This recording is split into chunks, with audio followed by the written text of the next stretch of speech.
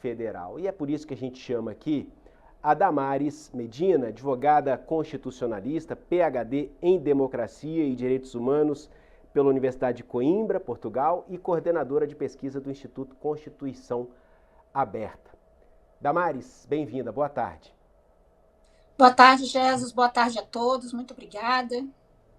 Damares, como é que esse caso pode chegar no Supremo Tribunal Federal? Ele vai como uma ação direta de inconstitucionalidade? Qual é o instrumento ali? Qual é o tipo de ação que é protocolada pela AGU, representando os interesses da Presidência da República, do Poder Executivo, se esse caso realmente for para o Supremo Tribunal Federal?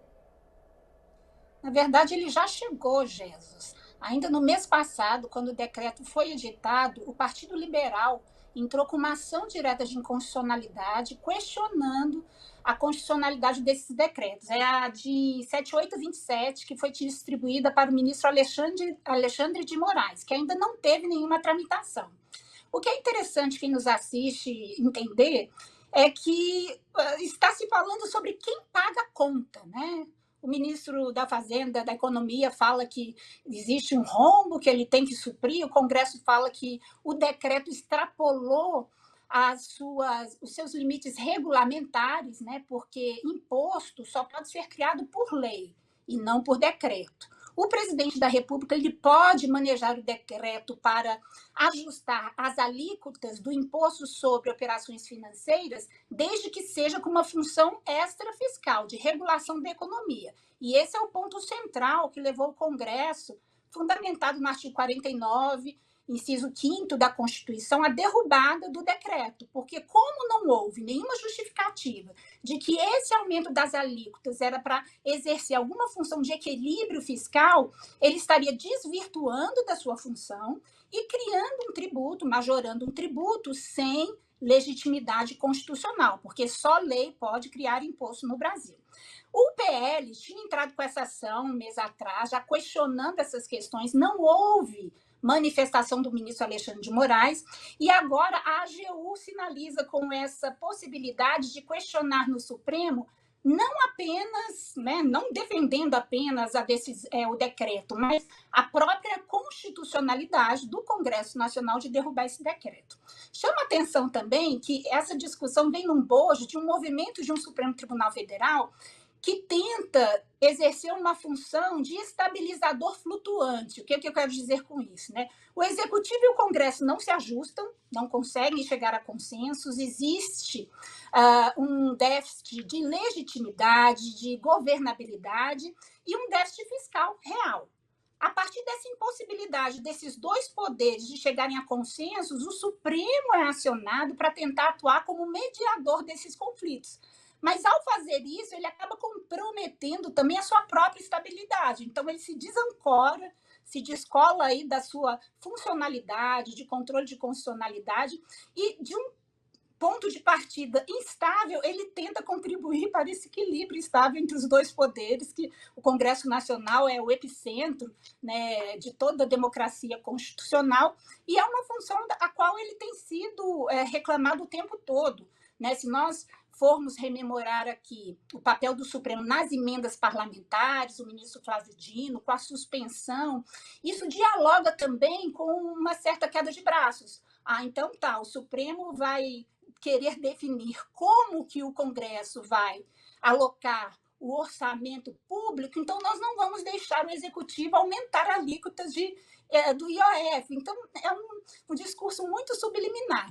E na história recente do Brasil, apenas uma vez, foi durante o governo Collor, há 32 anos atrás, que o Congresso derrubou um decreto, na época foi de mudança de prazo para pagamento de precatórios, e o governo Collor, na época, já estava nos seus estertores, com uma estabilidade política e base governamental muito frágil, né? Então, realmente é um movimento praticamente sem precedente na história recente democrática do Brasil, porque é um enfrentamento muito central entre esse poder regulamentar do presidente da República e o poder do Congresso de estabelecer em que limites o presidente pode fazer isso.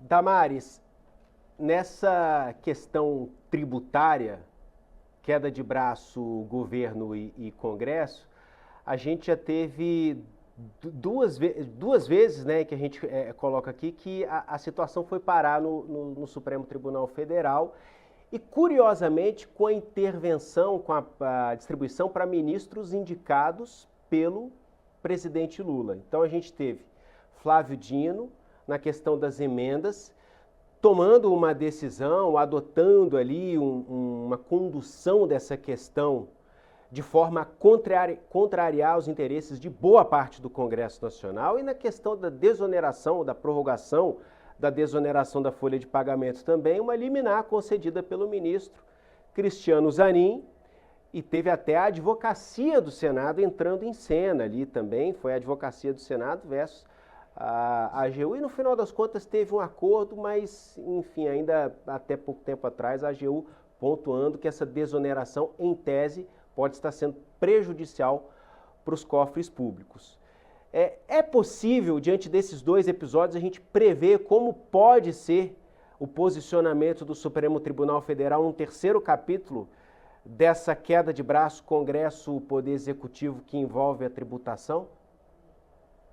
Essa colocação é muito pertinente, Jesus, e envolve camadas muito complexas.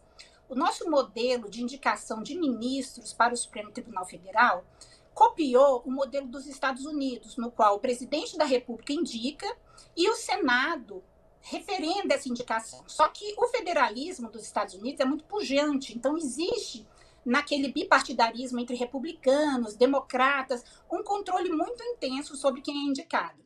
Aqui no Brasil, o nosso federalismo ele é com uma configuração completamente diferente. E a cópia desse modelo, sem uma reflexão um pouco mais detida, fez com que a legitimidade para a indicação fosse absolutamente concentrada no presidente da República. E aí até quem me antecedeu falava numa certa cooptação do Supremo Tribunal Federal pelo Executivo. Na verdade, isso é um reflexo desse modelo de indicação. Por quê? O Senado, que tem a competência constitucional de referendar quem vira ou não ministro, acaba não fazendo um controle rigoroso, uma sabatina, nenhum ministro é rejeitado, e o presidente da República acaba estabelecendo tradições de indicar advogado-geral da União, ministros da Justiça. Então, se estabelece uma estreita relação entre a advocacia da União, e aí é importante a gente recuperar um pouco dos fundamentos da teoria geral do Estado. A Advocacia Geral da União não defende o cidadão, ela defende o presidente da República, defende o executivo. Né? E às vezes se confunde um pouco isso, achando que quem está defendendo o fisco, a fazenda, está na defesa do cidadão, quando na verdade os interesses podem ser até contrapostos. Então já há esse cenário, né, que leva a gente a crer, nossa, curiosamente, essas duas questões foram distribuídas para ministros indicados pelo presidente Lula. O segundo cenário é a presença da advocacia pública em todos os gabinetes de ministros do Supremo Tribunal Federal, atuando como assessores, que é também um indício de como a advocacia pública está presente no processo decisório do Supremo Tribunal Federal. Mas, ampliando um pouco a discussão, o Partido dos Trabalhadores, desde o primeiro governo Lula, depois o governo Dilma e agora o terceiro governo Lula, indicou 13 ministros para o Supremo Tribunal Federal. Então, de qualquer forma, ainda que não fossem esses dois últimos, né, indicados, a maioria hoje do Supremo, desde 2003, é indicada pelo Partido dos Trabalhadores. Então, isso não quer dizer necessariamente que o tribunal vá decidir a favor do Executivo. Mas a decisão do ministro Zanin sobre a desoneração da folha de pagamento pode nos dar um indício interessante sobre o enfraquecimento dessa autoridade do Supremo Tribunal Federal, porque dessuspendeu, a AGU mesmo pediu que ele revogasse a liminar. Então, o Supremo ele é chamado a atuar, tenta exercer esse papel de moderador, mas ele está numa posição política muito fragilizada e que muitas vezes leva a decisão dele para audiências públicas, espaços discursivos e não efetivamente medidas que sejam cumpridas pelos outros poderes ou pelo Congresso Nacional. Damares, e a gente está, vamos mudar aqui um pouquinho o assunto, a gente está no meio de uma discussão numa longa discussão no Supremo Tribunal Federal também, e ao que tudo indica, eles vão chegar ali em um consenso. É difícil chegar nesse consenso do que deve ser responsabilidade das plataformas de redes sociais, ou não. A gente já teve ali a derrubada do artigo 19 do Marco Civil da Internet. As plataformas, as big techs, são sim corresponsáveis. Mas como elas serão corresponsáveis? Quem tem essa responsabilidade? As big techs e os próprios usuários, que postam ali, por exemplo, um conteúdo ofensivo. Dá para a gente entender, explica para a gente um pouco, primeiro, a dinâmica dessa construção de uma decisão em conjunto no plenário do Supremo Tribunal Federal, que é um modelo que vem sendo implementado muito pelo ministro Barroso, atual presidente, né, essa construção coletiva ali entre os ministros, e qual deve ser a posição final do Supremo Tribunal Federal sobre essa questão. Levando em conta que, até onde eu sei, o ministro Nunes Marques não votou, mas já a maioria já formada, e agora o que eles discutem ali é a construção da tese final. É um tema extremamente relevante, Jesus, e o ministro Dias Toffoli até ressaltava durante o julgamento que o mundo inteiro estava de olho no Brasil, nesse precedente que seria firmado pelo Brasil. Primeiro porque nós somos um dos países com maior inserção em redes sociais no mundo inteiro. E eu sempre chamo a atenção para isso quando os donos dessas big techs visam o Brasil com um discurso de liberdade de expressão. Na verdade, o que está em discussão são mercados multibilionários por conta da publicidade e do impulsionamento do conteúdo. O voto do ministro Fachin foi muito interessante no sentido de destacar que competiria ao Congresso Nacional efetivamente delimitar os contornos dessa regulação, dessa regulamentação das redes sociais. O que nós podemos dizer dessa decisão do Supremo que está se construindo em um ambiente completamente novo, em um cenário absolutamente desafiador, né? O voto do ministro Alexandre de Moraes foi muito interessante porque ele fazia o tempo todo analogia com a televisão e com os estudos na época de como os comerciais, de como o marketing, as propagandas na televisão acabavam direcionando quem assistia os programas. E aí o ministro Alexandre de Moraes fez uma metáfora interessante, né? O produto hoje em dia é o candidato. Então, a partir dos dados e da manipulação dos usuários das redes, eles moldam esse produto, que é o candidato, fazendo com que ele seja palatável e, a partir daí, alcance votos. É claro que o Supremo não está falando em censura, ou impedir, ou em falar que, por isso só, a rede social é um ambiente ruim. Mas todos os ministros, ainda que em uma medida maior, menor, em intensidade, em modulação, concordaram que é importante, imprescindível a regulação desse ambiente, desse ecossistema virtual. Então, seja como for a construção dessa decisão final, que por hora parece uma colcha de retalhos, e aí eu chamo de novo a atenção a percussiente observação do ministro Edson Fachin de que o locus para definir regulação de conteúdos de redes sociais deve ser o Congresso Nacional, mas, enquanto isso, independentemente de como essa colcha de retalhos vai se sobrepor, porque nós ainda não temos uma maioria formada acerca dos limites em que isso vai ser regulado, nós temos agora sim uma maioria formada no sentido de que as redes sociais elas precisam ser reguladas.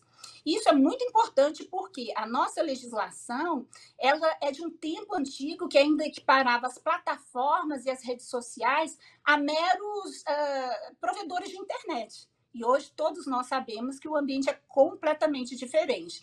Então, o Supremo forma a maioria no sentido de que precisa regular, mas ainda estão tentando construir um consenso a partir da posição de cada ministro de como essa regulação deve ser implementada. E o objetivo final é a proteção, principalmente dos mais fragilizados.